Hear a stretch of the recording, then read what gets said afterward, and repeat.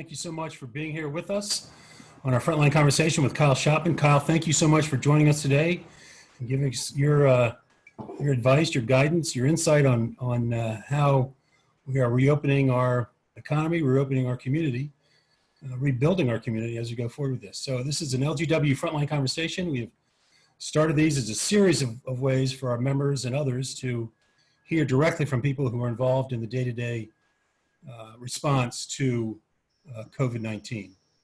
And tomorrow we've got Mayor Muriel Bowser on the conversation, and then Friday we have Ann Kress from Northern Virginia Community College on the conversation as well. So Kyle, thank you very much. Let's just start off with, I always start these with, how are you doing personally? How's it going? Oh, it's going well. And thanks for having me. And it's so great to see so many familiar names pop up on the chat box. And thank you all for joining today as well. For I guess the last 10 weeks now, we as a company, CBRE, migrated to our work from home environment. So that's been something I think, a lot of us have been experiencing and adjusting to. So for me, I think that's also meant that my husband's an awesome cook. So I've had a chance to eat a lot more than I probably should and exercise probably a bit less than I should since a lot of time is spent on Zoom calls. But all in all, doing well and thankful, to be here. And how about your staff, the people you work with? So for 10 weeks, they've all been working from home. How's that going? Yeah, so, actually our business in commercial real estate is viewed as an essential business. And we do have folks that are on the front line still running the buildings and operating the office of buildings that, while not being occupied these days for the most part, still need to run. And so we've got folks, and we appreciate the work that they're doing out there, keeping those buildings safe and handling anything that comes up on that front. And then the rest of our folks are, working from home and trying to stay connected. We were, fortunate as a firm a couple of years ago, we switched to the Zoom technology platform. And so I think while a lot of our team knew how to use it, they've become much more expert, at it. But it's been, one way that we've stayed connected with our sales professionals, with our clients. As you can expect with the work that we do, our business touches, clients in the retail sector, the office sector, really in industrial, pick all the different areas. And as we're all kind of navigating this environment that continues to evolve and change, we're trying to be there to help and advise as best we can. So we'd like to talk today about reopening the city, the region, buildings, tenants, everyone. And I know CBRE has been doing a lot of research and study into that and coming up with some best practices. So let's talk about community reopening. What are you all projecting for that? What are you looking there to do that? Yeah, and I think as we spoke about kind of our framework, as we look at it, as a firm where we do kind of have a way of both looking at kind of what's going on in the community, which I'll talk about in a second. How ready is the facility that people will be going back into, and then how ready are the employees, to make that move back into the workplace. So from a community standpoint, obviously, I run the Mid-Atlantic, so we've got a lot of different things going on in all different areas and have to kind of monitor and keep close track of that. What's going on in the district is different in some cases than Virginia and Maryland. So, certainly the health metrics are a key part of that. And that's something that CBRE, as we look at even opening our own office, are tracking closely and, trying to just, make sure that when stay-at-home orders are lifted, that really is just the beginning for work that, we need to do to get ready to slowly phase back in, certainly to our office. And that's what we're, advising others to do as well. So I guess I saw that our stage one or phase one for DC will start on Friday, but, there's other stages that the mayor's laid out in her plan. So we'll be following, that closely and, making sure that we're doing the right thing as it relates to community readiness. So for CBRE, what does that mean in terms of, you said you're going to slowly phase it in? Yeah. What do you think that looks like? So we've started a process now. So for the office space that we occupy, obviously different owners own those buildings. And so we've reached out to them and, have a survey and a way we connect with them around how ready they're getting that facility for us. And so that piece is coming into us now as we get that feedback, and that can mean a lot of things that I'm sure everyone, has been talking around social distancing, but really how do you get into the building if you're driving your car, get on the elevator, how is that elevator going to be made safe as far as how many people occupy the elevator, all of the different elements around signage, wayfinding, things like that for entering and exiting the building. We're working with the owners and trying to make sure, you know, we've got a plan in place that we feel is good and for our folks as well. From our own readiness perspective, we actually just did a survey of our employee base because we want to understand, you know, the mindset of our team, because, you know, the thing that we think is most paramount is the health and well-being of our employees. And certainly, you know, that's how we're framing it for our clients as well. And so we know that we need to really take what we're saying is more of a, you know, human-centric approach and really meet people where they are, because we know that while some people, I know some of the brokerage professionals I work with are very anxious, you know, to get back into the office, others are not. Others are apprehensive or not comfortable. And so we're trying to make sure that, you know, we're going to put the right plan in place around addressing all of those elements. And one thing is for certain is, you know, we will start off slowly, as I said, and as we look at our teams, we will have people continue to work from home for a period of time for the ones that, you know, are most able to do that and still kind of support our business. And then when we start to slowly phase in, we've, you know, looked at our teams as far as green and gold and kind of identifying folks that could come in a phased capacity. So that will be certainly probably 40% as we start to, you know, ramp up, but we're certainly not going to come back in, you know, all at once. Do you envision coming back all together at some point in the future, or are you going to keep this option of working from home for a lot of time? You know, certainly I think it's the pre-vaccine, post-vaccine world that we need to deal with. And so I think it's going to be something that we'll have to monitor and watch over time. I do think there'll be certain roles that you know, could continue to work from home, but then others that, you know, we need to be in the office environment. You know, I think we look at, and it's a funny thing, you know, for those that know me on a call, we actually had just moved into our brand new office space at 1900 N Street.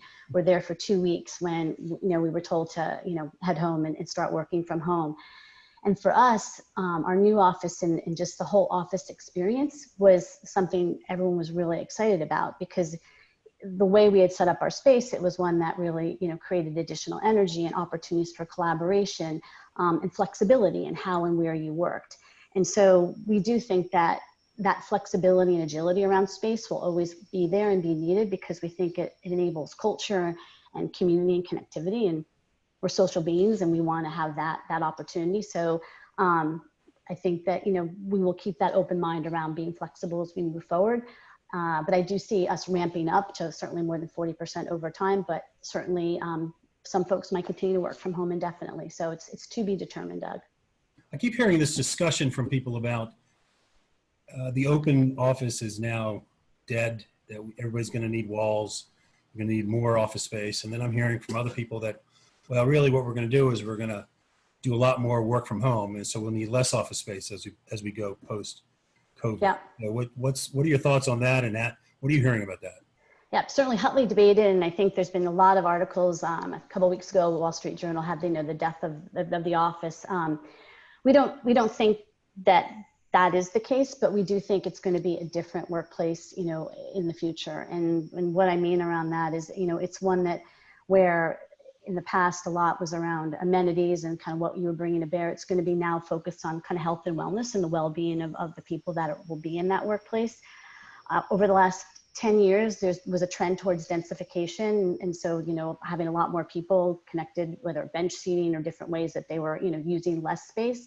We do think that trend, you know, now given everything that's going on, will start to reverse itself. And so there will be, you know, spaces that we're going to need to either expand or have less people in the office. And so to your point around sort of that counterbalance, if more people work at home, then perhaps the same space will work because you can spread people out, you know, within that space and just set up, you know, a different configuration in the office versus, you know, eliminating the office altogether. So, you know, again, it's to be determined. So it's still an evolving discussion, but we do feel it'll balance out, because we do think that the factor around culture and community is going to be a key driver, recruiting, retention. I mean, the workplace today was a big part of creating that for companies. And I think that still, to kind of have companies achieve that strategy and cultural effect that they want, they will need a place for people to come. It'll just be, like I said, configured probably differently than today. So for your offices, you said you just moved into them 2 weeks before everybody had to go home. Have you had any discussions about you said it's very flexible. Have you had discussions about changes you need to make when we come back, or do you want to keep it the same way? Or, I mean, I know a lot of time and effort and energy went into planning the move and planning the space, and now it's a different reality. So It is. what's happening there? So, CBRE overall as a company has over 90 offices that we implemented what we call a workplace 360. So it is a flexible environment. So there's a mix of private and more public places. We've got neighborhoods set up, but it's not your traditional, everyone has an office kind of setup. So in some ways, and it's actually a paperless environment, much more so than it was in the past. In some ways that actually helps us because to keep it clean and the protocols that we want to make sure we have in place when we return to the office are going to be a lot easier to do than some of the offices our team had in the past that had mounds of leases and papers that they needed, to do their work.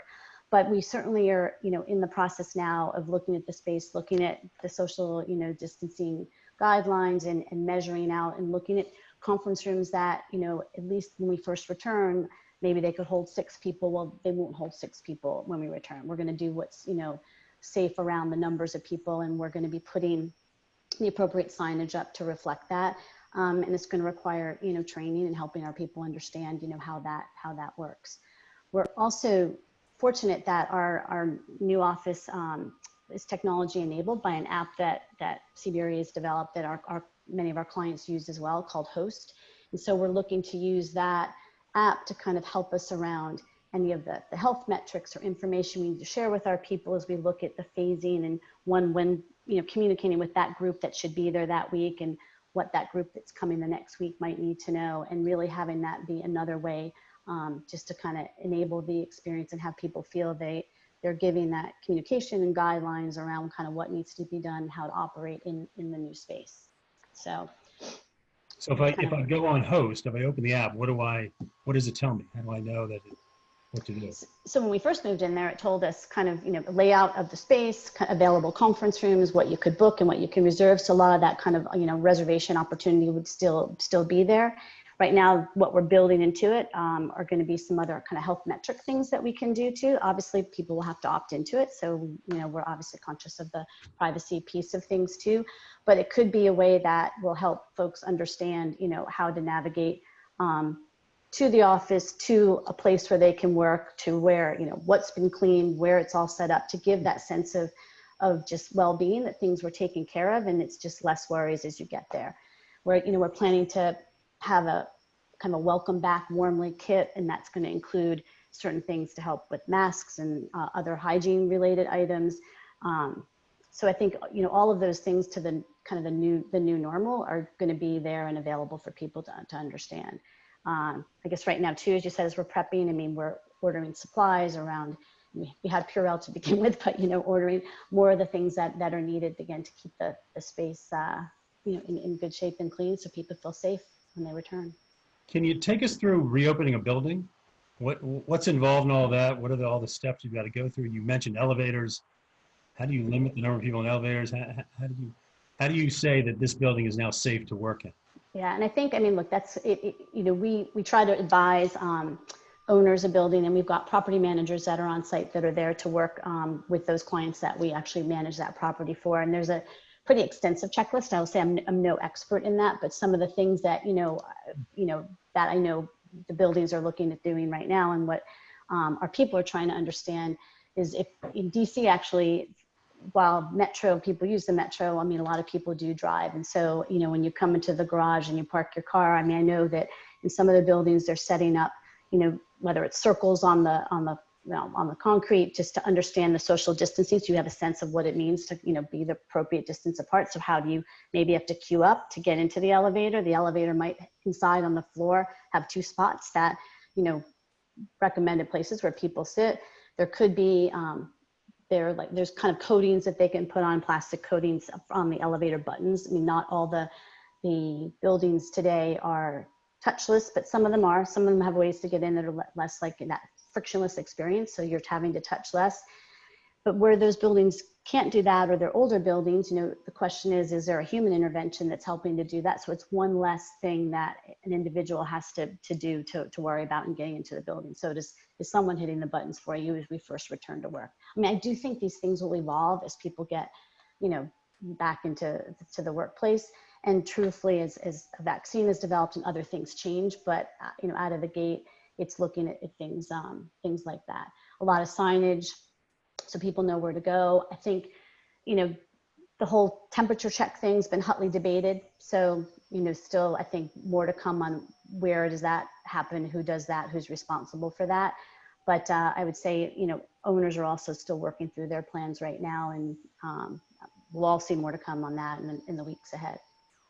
So the owners that you're working with, are they working together to come up with sort of a plan for everyone, or is each owner doing their own different thing? I think that, from what I've seen, obviously each owner is going to have their certain standards around how they operate, but even through federal city council, and the mayor had put this advisory group together, and there were certain owners that were part of it where like different checklists have been shared, that I do think that there's going to probably be a common thought process around it.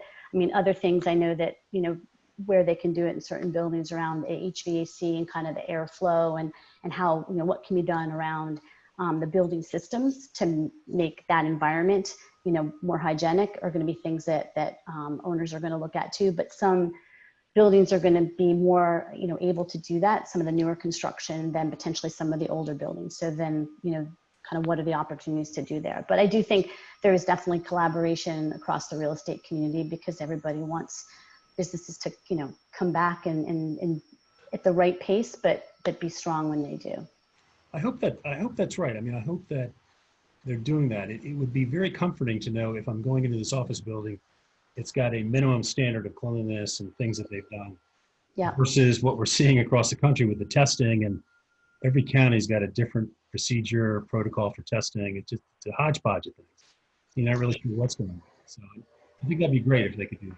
Yeah, and I do think, look, they've already been, while even the shutdown has been going on, focused on cleaning protocols and amping up that. And truthfully too, the buildings will need protocols that we only started to develop at the beginning of all of this, which is, what if, someone if there's a case in the building, or and you obviously, because of HIPAA, you can't articulate too much about it, but what is that, communication plan and strategy that you are able to let know the people that need to know, so that those tenants in the building can take whatever action they may need to take.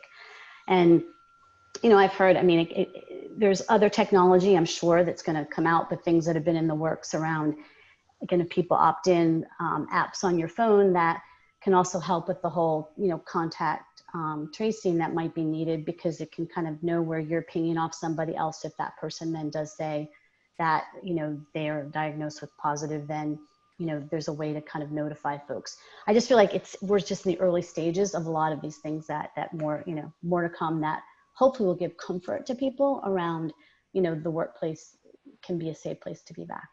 Are you seeing many of the owners start to make renovations in the building to do more touchless functions?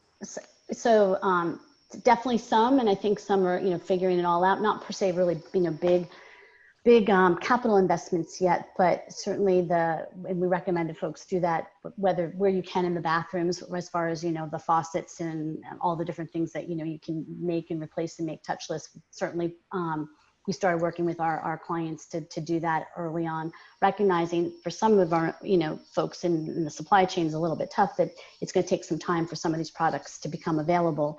But I think it is starting to loosen up. And so, yes, we are seeing sort of I want to say they're easier things to do, but fixtures and things like that, but within the tenant space, but also within the building, being retrofitted. And I think in the common areas, it's going to be the cleaning protocols and making sure that, it's very well seen and understood. And honestly, Doug, I think when we first, start to go back, those areas, odds are, won't be open right away, or, they'll be done in a very, different way. So you might not be able to go use the gym in your building right out of the gate, just like a lot of those areas got shut down. They'll probably be slow to, reopen, and probably people might not want to use them anyway, right? One of the frustrating things about this has been the message we've gotten from the federal government has changed quite a bit. And remember, first they said don't wear masks. Right. We need them for the medical personnel. Now they're saying everybody should wear a mask, which makes a lot of sense. And lately the CDC came out and said it's much more difficult to get it from contact with the surface versus a person giving it to you. Yeah. Has that changed how you all are looking at disinfecting areas? Denise sort of asked this question. How you looking at disinfecting areas or cleaning areas? Is that going to factor into what you do? So it's probably too soon to be definitive around that. So, but I'll give you just my perspective. And right now, no, it's not factoring into what we're doing, because I still think that for people to feel safe and comfortable, because as you said, things continue to evolve and change with what we're learning about, you know, the virus and how you catch it.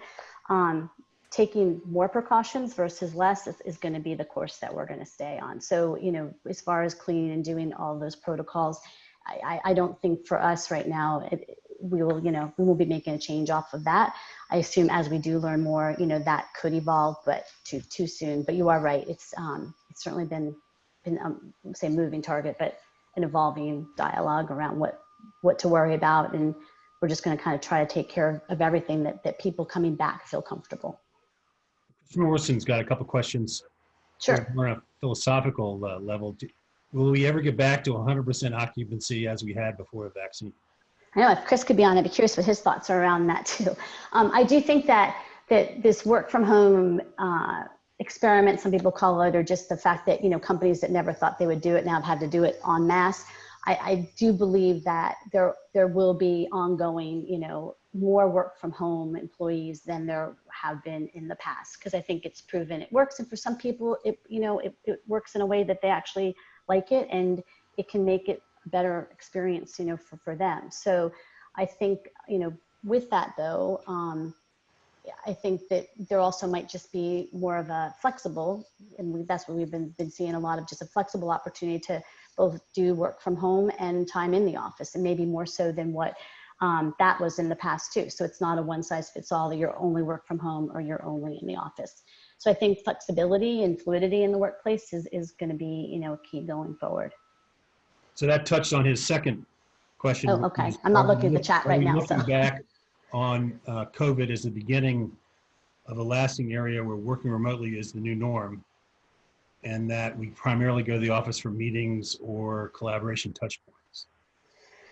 Yeah, so again, hotly debated. I don't, like I said, I don't believe in I don't want to say the death of the office. I think the office is going to be more than just going for touch points and collaboration, though, you know, as we slowly phase in and return to work, it'll probably be more of that. But I do, you know, you think about the importance the office environment can create to the culture of the company, to imagine if you're, you know, recruiting somebody in the development of talent. I mean, you've got a young associate joining your firm, I mean, or someone coming to work in your organization, Doug, they're going to want to get to know and connect and be with you and be mentored by you. And while this is nice to see you on Zoom, it was a much better experience when I was part of, you know, the class of 19 and being able to be there together with everybody. And I think at the end of the day, I mean, humans want that personal connection. They want to grow and develop. And so I think, you know, we can't underestimate the importance that the office plays in that.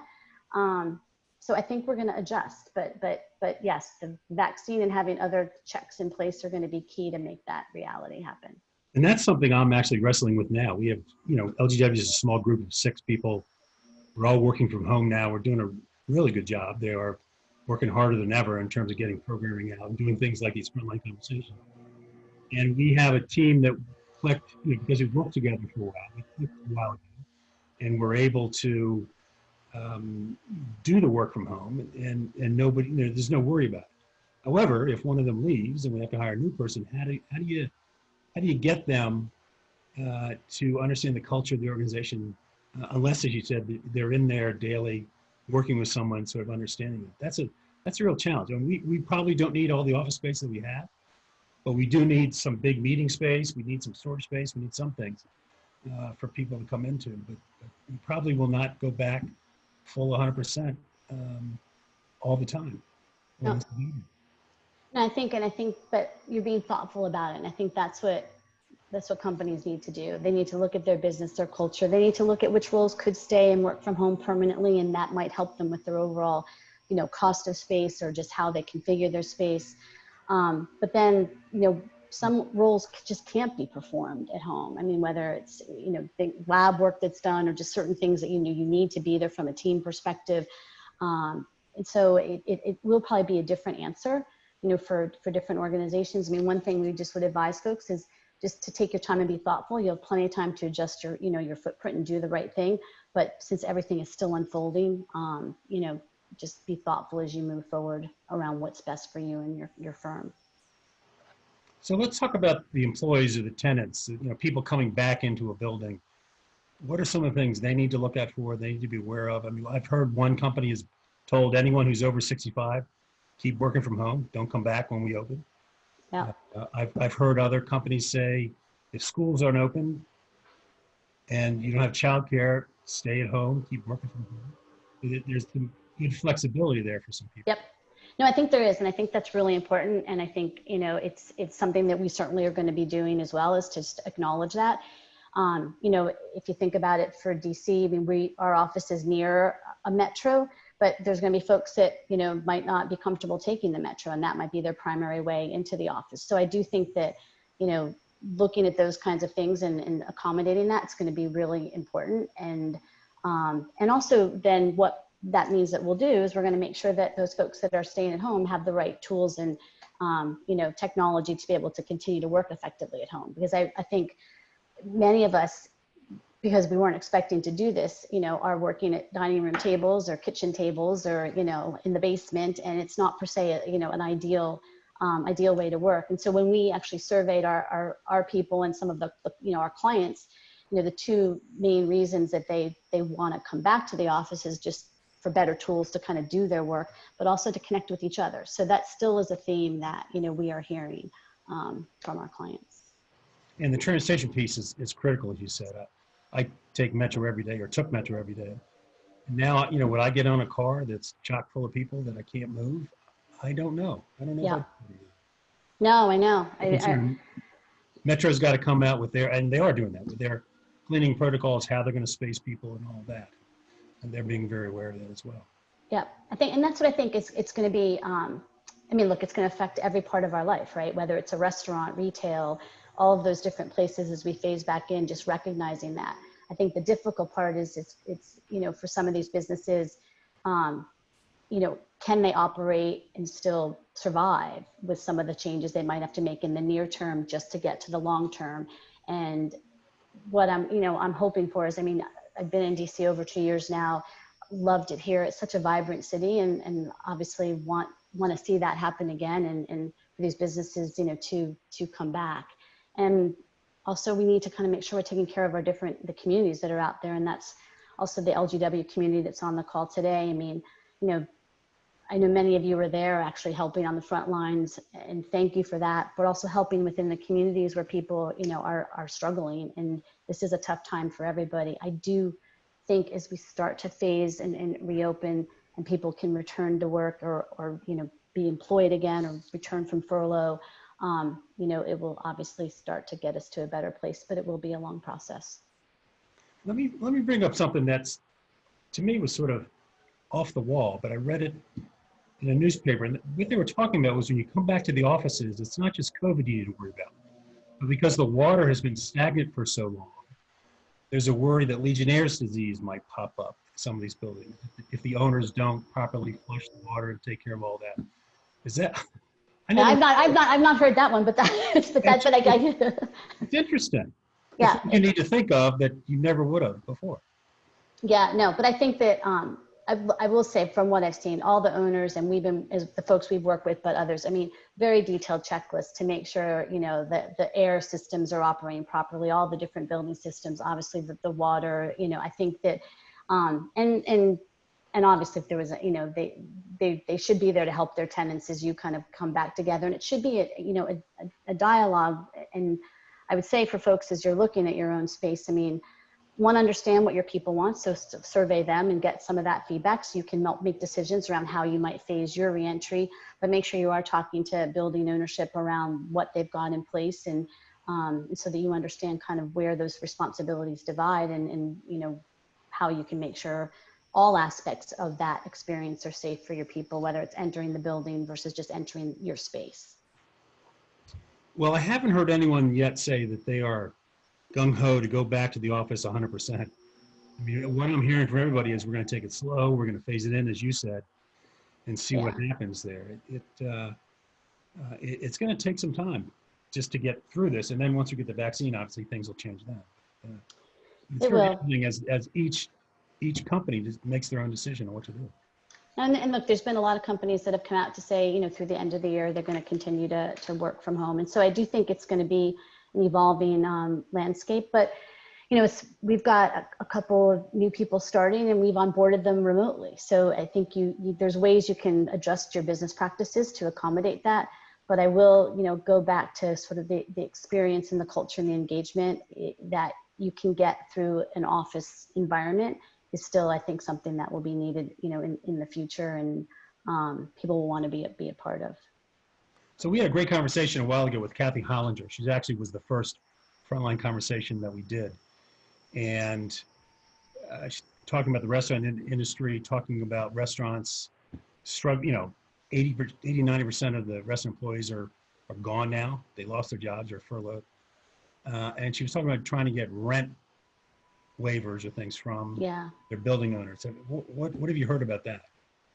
Yeah, so that's been actually something we've watched really closely. I mean, and we track for CBRE globally manages like 4 billion square feet of property.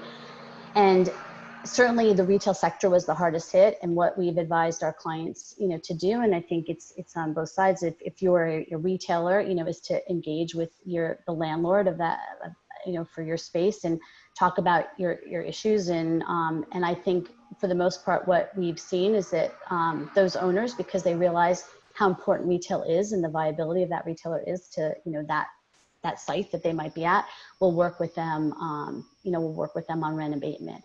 I think, office space, it's come up a little bit, but but less so because, in many of the office situations, folks are still able to continue to work and continue to pay rent. But, retail was certainly the last months of April and May, and we continue to watch it, was the harder one. But also that, those retailers can try to pay it on the back end or do other things. So we're just advising folks to connect with ownership and work together on it. So there's this big debate in Congress about granting immunity to companies so that if they call an employee back to work and the employee gets COVID, that they're immune from that. So are building owners looking for people coming in, working in the building to sign sort of an immunity pledge that they're held harmless if someone gets COVID in the building?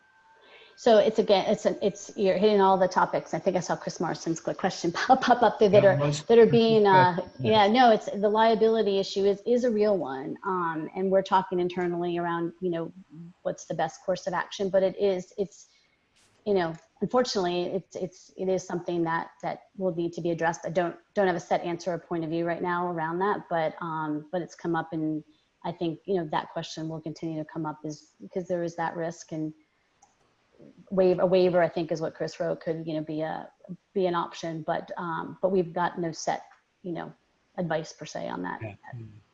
Yeah.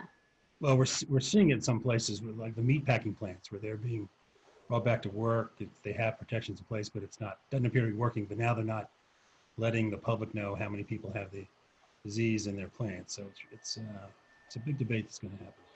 It is, and I think, the other piece of it, though, that the human behavior element of it and the responsibility that we all have as individuals to do the right thing too, to wear a mask, to follow the guidelines, to, wash your hands, to do all the things that are out there. I think that's something that we certainly are going to make sure we both model from a leadership standpoint within our firm, but also just expect our employees to do and to enforce, because it's, both good for you, but also the responsibility to keep your fellow colleagues safe too. So I think it's the responsibility, I guess, lies with everybody. That's my pet peeve now, the mask situation, where you don't wear a mask to protect yourself. You wear a mask so you don't give the illness to somebody else. Correct. It's really it's very common courtesy. It's looking out for other people. And that seems to have gotten lost in all this debate about is it politically correct or not? It's medically correct. So. Right, right. Medical correct or not, and if it gives someone peace of mind, then wear the mask. So I mean, and right now it's the regulation. So follow that too. So I hear you on that for sure.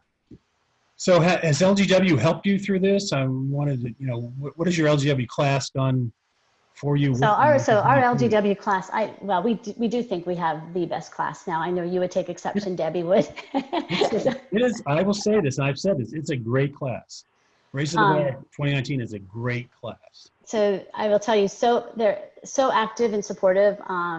Group Me is one big way, but also I've been really fortunate in the group that sort of stayed the most connected with me, and that can be both, personally and professionally, is my Purple Mind Trust. And so I know several are on the call today. An incredible group of people that I never would have met if it wasn't for the LGW experience. And we do Zoom happy hours regularly, thanks to, Ed typically is the one who was DJ for a party the other weekend, make sure that we get that on the calendar, and we all show, even if it's just for a few minutes to check in, because, obviously everyone's working and busy too, but we still want to stay connected. And I know that if I ever need anything, that they are all there. And I think our whole Raising the Bar class feels that way about each other and the different mind trusts. So if you all hadn't stayed in touch with your mind trust, that would be my advice to anyone who's on the phone, connect with folks, because those are meaningful relationships that can last well beyond your LGW time. Well, our chair, Mahan Tavakoli, ran several town hall meetings for LGW a few weeks ago. And one of the topics that came up was inter-class mind trusts. There's a whole group of people in LGW who didn't have mind trust when they went through the class. Oh. And so now we're looking at, do you want to do a mind trust with people from other class years? And we've got a pretty significant response to that. There's a lot of interest in that. And so we're going to proceed with that and see how we can implement it and get people doing that. But I'm thrilled to hear that your mind trust is really there for you, really helping you, if it's nothing else, just to talk about it and get advice from people who have your best interests at heart. Yeah, they have been. And I had a bit of a personal challenge a couple months ago, and they all reached out and the calls right away. So it's just great. So thank you. I saw Nancy Bernard. I'm not sure who else was on, a bunch of folks, but thank you guys and LGW for creating that and making that happen. So before we ask you for any final words, we do have a slide we want to put up about, we talked a lot about checklists and resources and things. CBRE has a list of white papers, recordings, insights, information as it evolves. So if you want to get that information, it's up on the screen now. Yeah. Please feel free to use that and to use their information. I did read some of the white papers on reopening the office, and the checklists were just fascinating, very detailed, very good. They're very detailed, so you have to be ready to go through that. But a lot of thought has been put into this because, it's just so important for our community. It's important for our business, but also our people as we look to, to return to our office too. So, if we can help or I can help, certainly let me know. We are, as I said, we did an employee survey that we're using to inform what we're doing, and we're actually going to take that survey and offer that up to clients too. So that could be a tool that if anyone wanted to try to use to help inform what they're doing around their own business, certainly feel free to reach out around that as well. But I do appreciate the opportunity to be here with you, Doug, today, and Debbie and Chase and everyone from LGW. It's awesome. Let me just give one final comment about Mahan and the town halls, where we did a little survey there of the people at the town halls and said, when would you be comfortable in coming back to a large gathering? And about 40% of the people said not until there's a vaccine. Yeah. That's how worried people are, with good reason, of course. Totally. And that's why, like I said, I think you got to meet people where they are. There's a lot of people that work for us too, that are out there that are not going to be comfortable, and that's totally fine. Look, we've proven that we can continue to work, or we can find a way through all that. And so I think just understanding that is going to be key, and we will come out the other side. So Kyle, any final words for us? Thank you very much for this. It was great. Your resources that we put up the link to are very valuable, very good. So I encourage everybody to take a look at those. Anything you want to say as we close this out? Thank you so much. I mean, thank you again for having me. And again, thanks to everyone who's on the call and all of you that I know are doing really important work. through the different organizations in either the nonprofit world, I mean, helping the people in need through this crisis, and the frontline workers, essential workers, all of you. And it's just a great group, and thanks for the chance. And I hope to all see you sometime soon, virtually, if not in person. So Yeah, we hope to get in person as quickly as we possible. look forward to that. Absolutely. Kyle, thank you very much. All right. And tomorrow we've got Mayor Bowser on a conversation, so please stay tuned for that. And Friday we've got Ann Kress from Northern Virginia Community College. So thank you all, everyone. Great. Kyle, thank you very Thanks. much. Take Great to care. chat. Bye.